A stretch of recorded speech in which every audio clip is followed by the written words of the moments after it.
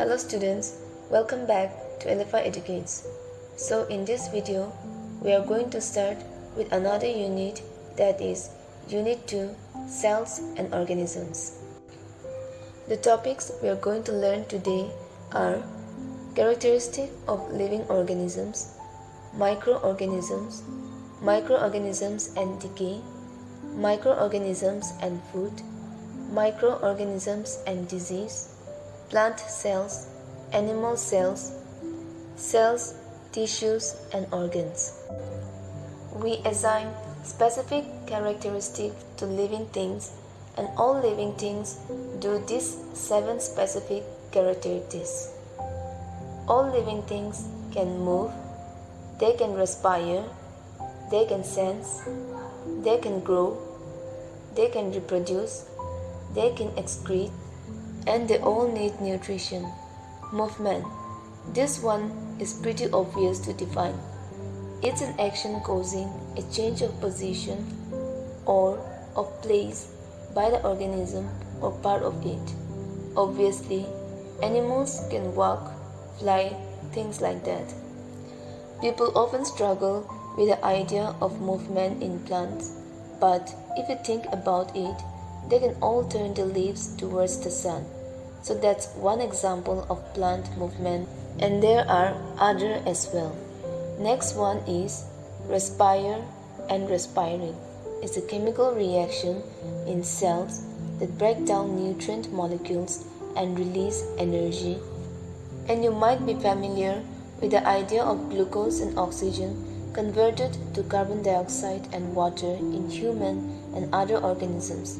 This is just one example of the type of respiration. All living things can sense, and that is the ability to detect stimuli in the internal or external environment and make responses. So, obvious ones, seeing with eyes and being able to smell and hear, that kind of thing.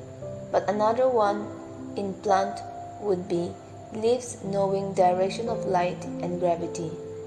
All living things can grow, and it is the permanent increase in size or dry mass by increasing cell number or cell size, and this definition distinguishes it from, for example, putting weight on, which is a kind of growing but not in a sense of the characteristic of living things. All living things can reproduce, and this is making more of the same kind of organism. So, for example, the bacteria cell will divide to produce more of them. Humans have babies, flowering plants produce seeds, etc. All living things can excrete, and this is the removal from an organism of waste products of metabolism, toxic materials, and materials in excess of requirements. An example would be breathing out carbon dioxide or urea in urine that is released. And lastly, all living things need nutrition, and this is taking in of materials for energy, growth, and development. Plants require light, water, carbon dioxide, and minerals. Animals need organic compounds, minerals, and they usually need water. Microorganisms. You would be surprised to hear that over 60% of life on Earth is so small that they can only be seen under microscope. We all call of these little things microbes or microorganisms. There is estimated to be 2 to 3 billion different species of microbes, and the best thing, they can't live without oxygen to breathe, food to eat. Here, we'll be learning about 3 types of microbes, such as bacteria, protozoa, and fungi. Protozoa are made up of single-celled. They are usually found in water bodies and soil.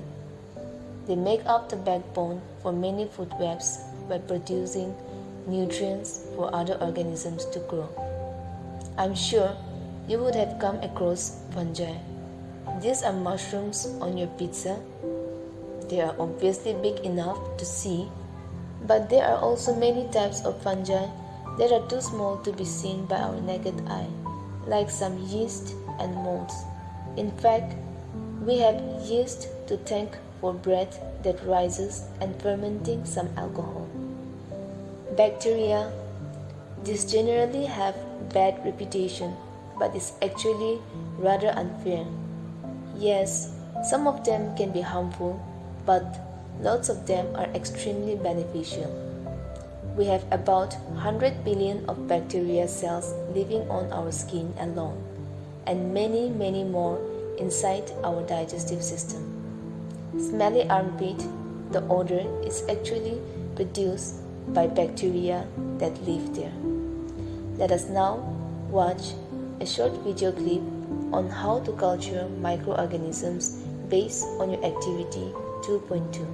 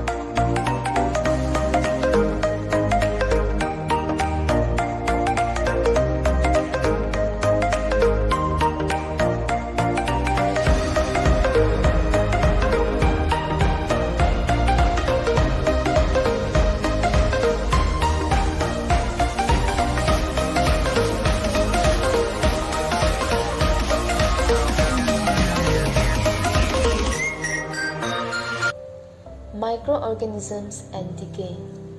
Microorganisms are everywhere. They are found in air, soil, water, on our skin, and inside our bodies. Microorganisms have the ability to break down organic matter. Now, the question comes, what is organic matter? Organic matter is a substance that has been made from living organisms. For example, apple, banana, wood, leather, etc. Microorganisms decay our food, and this is a nuisance to us. But most of the time, decay by microorganisms is useful as they can break down dead bodies, animal waste, and return the nutrients in this organic matter to the soil, and so plants use them in their growth. Do you know what are the factors that allow microorganisms to grow faster? Well, microorganisms grow faster when they have a warm temperature, plenty of water, and plenty of oxygen. So what can we do to slow down their growth? We can slow down their growth by keeping food in a refrigerator. That means microorganisms grow slowly when they are cold. Okay, now Let's go to our next topic, microorganisms and food. Microorganisms can be used by humans to produce food. Yeast is useful in many industrial processes because when it feeds on sugar, it makes alcohol and carbon dioxide. In bread making, yeast produces carbon dioxide, which is used to make the dough rise. When the bread is really big, the spaces created by the yeast keep the bread light and fluffy. By adding bacteria to milk, we can make yogurt. The bacteria feed on sugar in the milk to make lactic acids. This lactic acid thickens the milk and makes it sour, or in other words, it gives a sharp taste. To understand more about this, watch this video.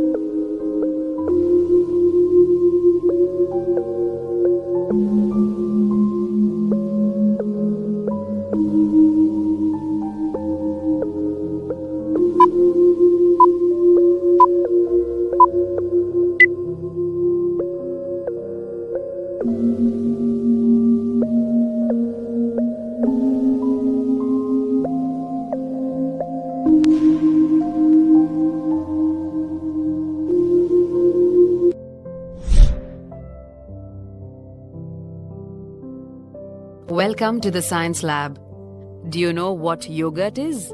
Yogurt is a fermented product prepared from milk. To prepare yogurt, yogurt culture containing bacteria is added to milk for fermenting it. Fermentation is a process where sugar is broken down to form alcohol and carbon dioxide. This process is also used for making bread and alcoholic beverages. Yeast, a single-celled fungus, is used for fermentation. The type of yeast for this purpose is commonly referred to as baker's yeast or brewer's yeast. In this experiment, you will see the effect of yeast in bread making. For conducting this experiment, we need flour, sugar, large container with warm water, yeast powder. Let's get started. Begin this experiment by taking some lukewarm water in a large container. This is the most favorable temperature for keeping the yeast active. Now, add a few teaspoons of sugar and half a teaspoon of yeast powder into the warm water. Now, mix the content well. After some minutes, you will notice some bubbles forming in the mixture. To this mixture, add some flour and mix it well to prepare the dough. Knead the dough until it acquires some consistency. Now, cover the container. Keep the dough undisturbed for some time in a warm place, approximately about an hour. What do you observe? You will notice that the dough rises and shows an increase in volume. Do you know why it happens? Yeast undergoes anaerobic respiration and converts sugar into ethyl alcohol and carbon dioxide. Carbon dioxide gets trapped in the dough and it makes it rise up. As more and more carbon dioxide is produced, the dough rises even more. You will also get a smell of alcohol from the dough as alcohol is produced in the process. The alcohol gets evaporated in the process due to the heat produced in this process. Your bread dough is now ready and can now be baked to get homemade bread. Microorganisms and diseases. Most microorganisms are harmless. Many of them are useful to us. However, there are some that can make people ill. Let's try to understand what are infectious diseases. Diseases that are caused by microorganisms are called infectious disease. This means they can be passed from one person to another. So now, let's look into some harmful microorganisms.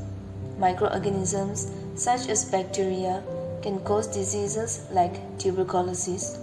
The bacteria grow inside cells in the lungs, and as it gets prolonged, this may make a person very weak and may even die if no antibiotics were taken by the person. Malaria is a disease caused by protozoan. They live in the blood and can be transmitted by female mosquitoes. Cold and flu are caused by virus. Viruses do not show any characteristic of living things until they get inside a living cell. Louis Pasteur. Louis Pasteur was a French biologist, microbiologist, and chemist born in 1822. Pasteur's experiment on silkworm showed that the disease passed from one silkworm to another through the air or when people handled the silkworm. Pasteur thought that microscopic organisms were making the silkworm ill. Pasteur's work gave ideas to other scientists. By the 1870s, people had begun to use antiseptics to prevent infections. An antiseptic is a substance used to kill microorganisms outside the body. Next, we have plant cells. The word cell is derived from the Latin word cella, meaning small rooms. Cells is a basic structural, functional, and biological unit of all known organisms. A cell is the smallest unit of life. Let's go through the major structure of a plant cells and touch briefly on the function of each. We'll start on the outside with the cell wall. The cell wall is a rigid structure made of cellulose. They provide strength and structural support to the cell and plant as a whole. The cell wall is also permeable, meaning it allows fluid to move freely through it. Cell membrane. The cell membrane is very thin and flexible. It controls what enters and leaves the cell. It separates the cell from the outside environment. Next is the cytoplasm. It is a jelly-like substance. Chemical reactions happen inside the jelly, and this reaction keeps the cell alive. Nucleus. The nucleus is the center of the cell, not only in location but in function. It contains chromosomes and controls all the activities of the cell. Plant cells have a large vacuole. It is used for storage. It plays a large role in plant shape and stability. It contains a sugary solution called cell sap. And last, we have chloroplasts. They look green because they contain a green pigment called chlorophyll. It converts energy from the sun to form basic carbohydrates compounds. Our next topic is animal cells. Animal cell is the basic unit of life in all animals, including humans. Like plant cells, animal cells have a cell membrane, cytoplasm, and a nucleus. Cell membrane. This is what separates the cell from the outside environment. Has various structures to allow inflow and outflow of water and other molecules and compounds. Next is the cytoplasm. It is everything within the confine of the cell membrane. It is a jelly-like substance, and chemical reactions happen inside the jelly. Nucleus. This is where DNA is stored and protected. Information that comes out of the nucleus determines how the cell functions. Here is an example of an animal cell. Protozoa. Protozoa are single-celled organisms. They come in many different shapes and sizes, ranging from amoeba, which can change its shape, and paramecium, with its fixed shape and complex structure. They live in a wide variety of moist habitats, including freshwater, marine environment, and the soil. They feed by flowing around organisms even smaller than themselves and digest the organisms inside their cell. Let us now watch a short video clip on how to conduct activity 2.6 looking at plant cells and activity 2.7 looking at animal cells.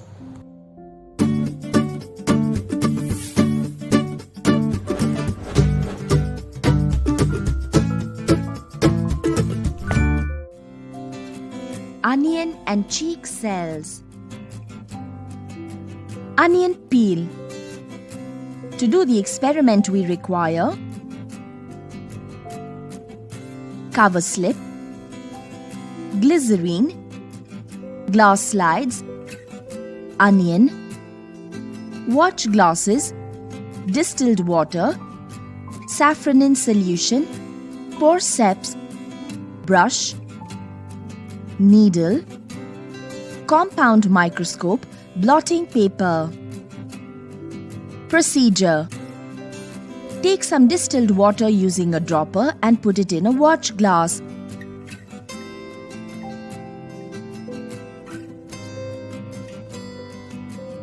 Take half a piece of onion from the watch glass and remove a leaf from the onion piece. Remove a piece of transparent onion peel with the forceps. Put the epidermis into the watch glass containing water. Take some saffron in solution using a dropper. Put a few drops of saffron in solution into another watch glass. Using a brush, transfer the peel into a watch glass containing saffron in solution. Keep the epidermis for 30 seconds in saffron in solution so the peel can become stained. Using the brush, take the peel from the saffron in solution and put it into the watch glass containing distilled water. Using a dropper, take some glycerine and put 2 to 3 drops of glycerine in the middle of a dry glass slide. Using the brush, transfer the peel to the slide containing glycerine.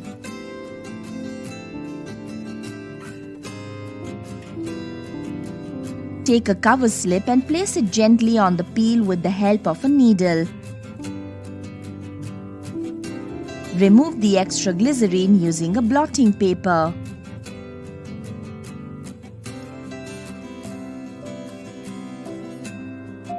View the slide under the compound microscope.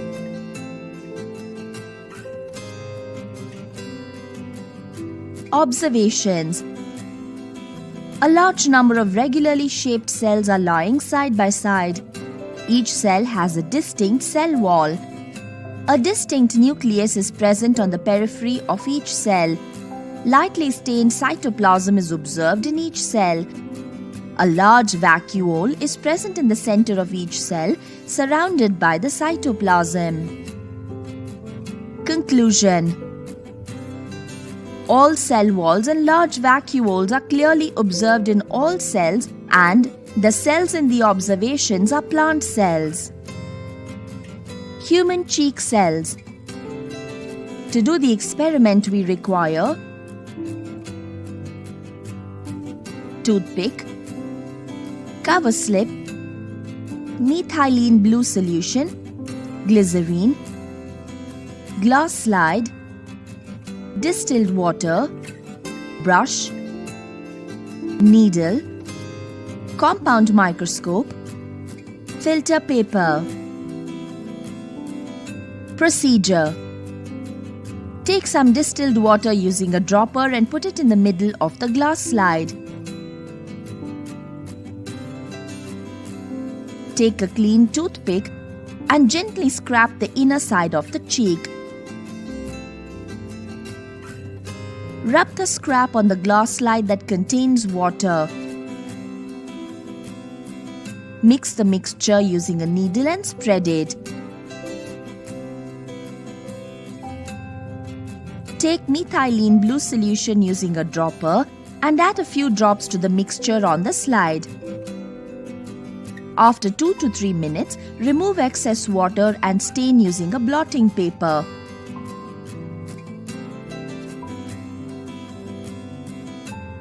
Take glycerine using a dropper and add a few drops of glycerine to the test mixture. Take a clean cover slip and lower it carefully on the mixture by using a needle. Using a brush and needle, press the cover slip gently to spread the epithelial cells. Remove extra liquid around the cover slip using a blotting paper.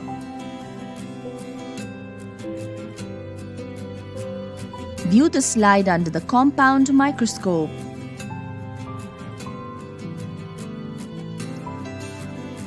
Observations. A large number of flat and irregular shaped cells are observed. The cells do not have a cell wall. However, each cell has a thin cell membrane. A deeply stained nucleus is observed in the center of each cell. No prominent vacuole is observed in the cells. Conclusion. As the cells observed do not have a cell wall or a prominent vacuole, the cells of the specimen on the slide are animal cells. So, students, I hope now you have a clearer picture of both plant and animal cells. Here is our last topic: cells, tissues, and organs. By now, you are very much clear about cells and its functions. So, now let us study about some specialized animal cells, such as red blood cells. Hemoglobin is the protein inside the red blood cells. It carries oxygen around the body. It also removes carbon dioxide from your body, transporting it to lungs for you to exhale. The cells are very small, so they can squeeze through even the tiniest blood vessels. They do not have nucleus. This makes more room for hemoglobin. Nerve cells. They transfer messages from one part of the body to another. They have little strands of cytoplasm that collect electrical signals.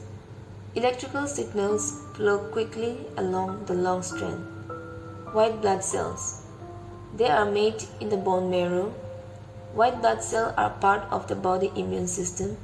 They help the body fight infection and other diseases. A specialized plant cell. Under this, we can talk about root hair cells. They grow from the surface layer of a root. They are adapted for taking up water and minerals. They have a large surface area to increase the rate of absorption. Tissues. Tissues are a group of cells that are adapted to carry out a particular function. Tissues group together to form organs. So, with this, we have come to the end of this video. I hope you have learned something. Thank you for watching.